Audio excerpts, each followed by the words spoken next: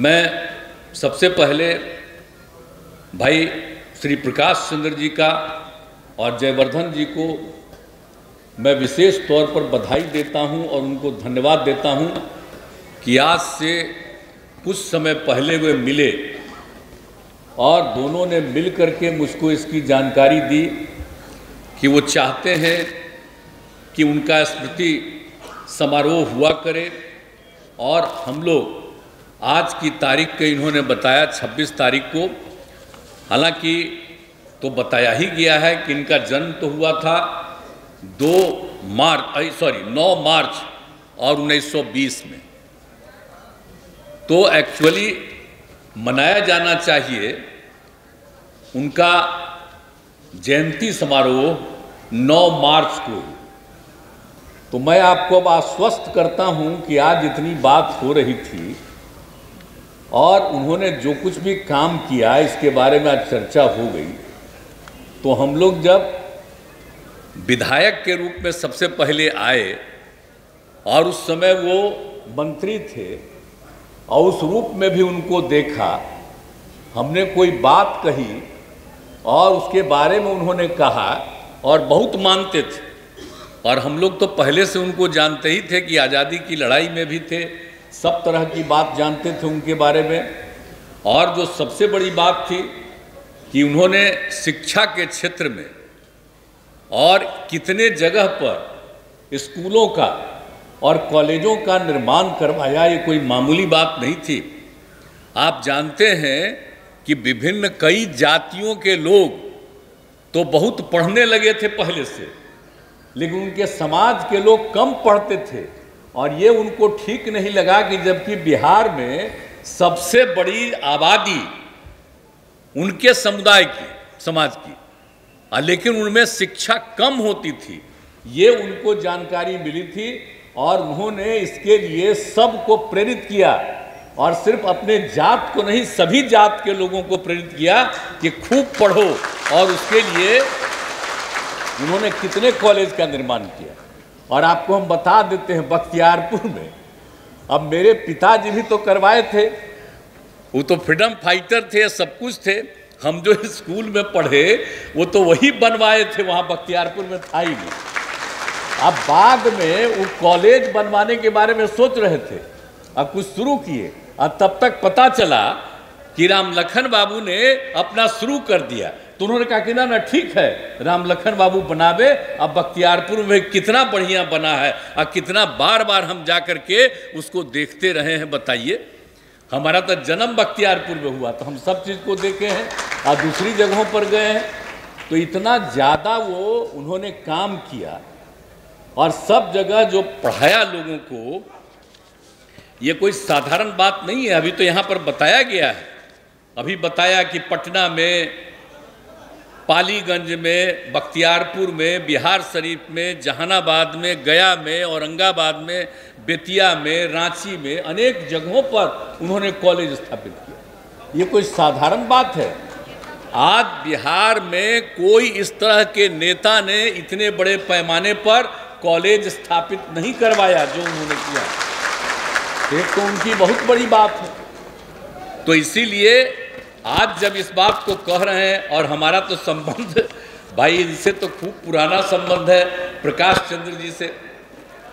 सांसद थे पहले बाढ़ से, और उनके बाद हम ही सांसद वहाँ से बने। तो हमारा तो संबंध आज का नहीं ना है, बहुत पुराना है। और ये जो है जयवर्धन, ये एमएलए बने और इन्होंने कितना काम किया अपने क्षेत्र के लिए, कितना काम किया। बराबर हम जाते थे और वो आदमी कितना मेहनती है व्यक्ति, तो सबको जानते हैं। खैर ठीक है, इस बार चुनाव हार गए, वो तो दुख की बात है, लेकिन इतना ज़्यादा इन लोगों ने काम किया है। तो हमारा तो व्यक्तिगत संबंध दोनों लोगों से शुरू से है।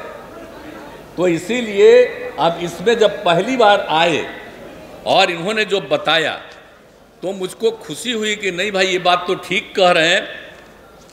और जो कुछ भी इन्होंने सारा सब कुछ किया, और सिर्फ स्कूल का और लोगों को पढ़ाने का ही नहीं, जब वो यहाँ मंत्री या केंद्र में मंत्री थे काफ़ी इन्होंने काम और भी किया। तो ये सब चीज़ तो इनको हमेशा याद रखने वाली चीज़ है और बड़ी खुशी की बात है। आज़ादी की लड़ाई में भी उनकी भूमिका, और अभी उनके बारे में एक संक्षिप्त रूप में बताया गया है, तो इसको तो और विस्तृत रूप में बताना चाहिए। हम तो चाहेंगे कि भाई इनके बारे में भी पूरी जानकारी जो इन्होंने किया है नई पीढ़ी के लोगों तक भी पहुंचा देना चाहिए, ताकि लोग सबक लें। अब आजकल तो लोग तो तरह तरह की बात करते रहते हैं, वो एक अलग बात है।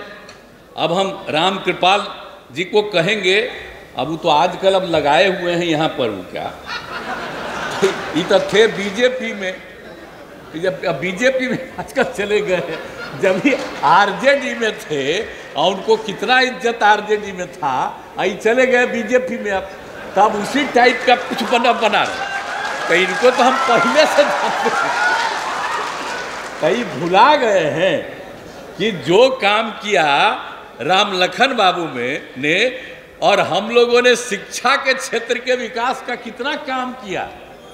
कितना लोग पढ़ता था, लड़की बच्ची कहाँ पढ़ती थी, 5वां के बाद गरीब लोग पढ़ा नहीं पाता था, तो हमने पोशाक योजना, साइकिल योजना, और सब कितने बड़े पैमाने पर, अब लड़का लड़की बराबर। आज जो पता चला कि सबसे पीछे है 12.5%, वो अनुसूचित जाति के और मुस्लिम समुदाय के, तो उन लोगों के लिए भी हम लोगों ने काम शुरू करके उनको पढ़ाने का काम किया। तब बतवा तो पुरनका जानिए रहे हैं, लेकिन आजकल चूंकि अब हम अलग हो गए हैं, तो आप पढ़ाई तो कर रहे हैं लेकिन भूल जा रहे हैं। अरे हम लोग इतना इतना काम करवा दिए हैं, चिंता मत करिए। और आप कभी चिंता मत करिए, अब शिक्षकों की बहाली कई लाख हम लोग करने वाले हैं, नई बहाली। अब पहले भी करीब करीब 2.25 लाख किए हैं, अब उतना ही बहाली हम लोग और करने वाले हैं। अब कितना ज़्यादा बनवा रहे हैं स्कूल से लेकर के सब। और जब हमको मौका मिला तो सबसे पहले 22,000 तो हम लोग बनवा दिए थे स्कूल का। अब कॉलेज से लेकर के एक एक चीज़ का काम हम लोग करवा रहे हैं। और लोगों का जितना भी काम करवाए और जितना ज़्यादा हम लोग काम किए हैं, तो बहुत काम तो कर ही रहे हैं, लेकिन वो सब काम करेंगे, इसलिए आप निश्चिंत रहिए।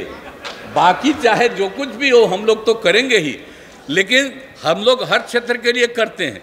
लेकिन राम लखन बाबू को तो हमेशा याद रखना है कि इन्होंने आज़ादी की लड़ाई से लेकर के बाद तक जो भी काम किया है लोगों के हित में, उन्होंने अपने स्वार्थ के लिए कुछ नहीं किया है, लोगों के हित में किया है। आप सोच लीजिए, इसलिए याद रखना चाहिए। हम अब आश्वस्त करते हैं आपको, आप उनकी स्मृति में सरकारी तौर पर हम लोग उनके स्मृति समारोह का आयोजन करवाएंगे, चिंता मत करिए।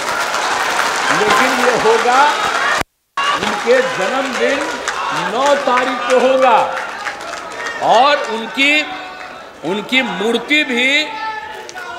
मूर्ति भी बनाने के लिए जो उन्होंने कॉलेज बनाया, अभी हमने बुला के कह दिया है, और जा करके हम बाजाप्ता इसका सरकारी तौर पर निर्णय ले लेंगे। और इनसे बात करके भी हमने कहा है, वो पटना में जहाँ कॉलेज बनाए हैं उसी के पास उनकी मूर्ति लगाएंगे, और वहीं पर ये आगे के समय में सब साल के लिए, अगले साल से उनके लिए समारोह का आयोजन सरकारी तौर पर होगा, ताकि ऐसे लोगों को याद रखना चाहिए पूरे तौर पर। और जिस तरह से बहुत लोगों के बारे में किया गया है, इनके बारे में भी याद रखना चाहिए। वैसे चाहते तो बहुत लोग हैं बहुत तरह की बात करने के लिए, वो एक अलग बात है, लेकिन वो किए हों या नहीं किए हों देश के लिए या कहीं के लिए, लेकिन इन्होंने किया है, इसलिए हम एकदम बिल्कुल आज आपको कह देते हैं, आश्वस्त करते हैं कि बहुत जल्दी आज हम घोषणा कर रहे हैं और बहुत शीघ्र इसका निर्णय लेकर के औपचारिक रूप से ये काम कर दिया जाएगा। और सब लोग याद रखिएगा और पढ़िए जरूर, और सबको प्रेरित करिएगा। बच्चा हो या बच्ची, सब पढ़ेगा, आगे बढ़ेगा। और आप समझ रहे हैं, लड़कियां जब पढ़ेंगी तभी जो ये प्रजनन दर कितना बढ़ा हुआ था, 4.3। अब जो रामकृपाल जी, अब उसी को पढ़ाने से अब प्रजनन दर 4.3 से घट के 2.9 पर आ गया है।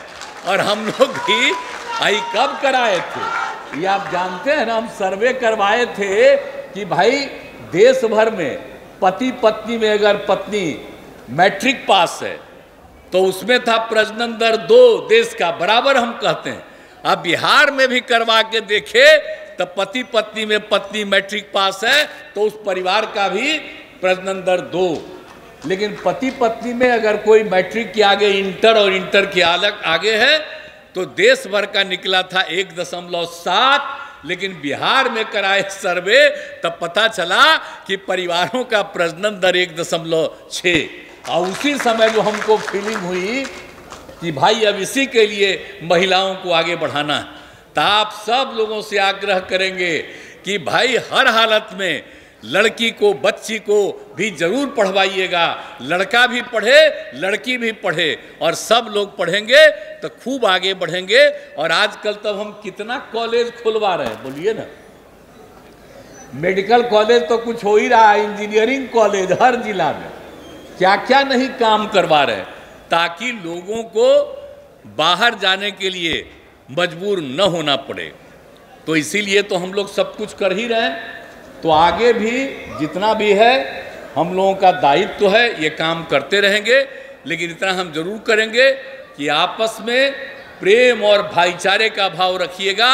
कोई झगड़ा पैदा करना चाहता है, झगड़ा मत करिएगा, आपस में प्रेम और भाईचारे का भाव रखिएगा। और हमेशा राम लखन बाबू को सब दिन के लिए याद करिएगा। स्वर्गीय राम लखन सिंह यादव जी का मैं नमन करता हूं और उनके लिए सदैव हम लोग याद रखते हैं। और सब दिन के लिए आगे नई पीढ़ी के लोगों को भी उनके बारे में पूरी जानकारी मिले, इसका भी प्रयास किया जाना चाहिए, किया जाएगा। इन्हीं शब्दों के साथ आज आपने उनके स्मृति समारोह का कार्यक्रम किया है?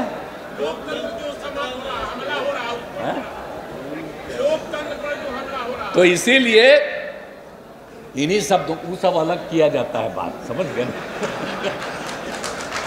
तो वो सब अलग बात किया जाता है। और आप सब लोग तो जान ही रहे हैं, ये बोल रहा, हम तो हमेशा ही बोल रहे हैं, तो उसकी बात अलग है। तो सब लोग आगे बढ़िए।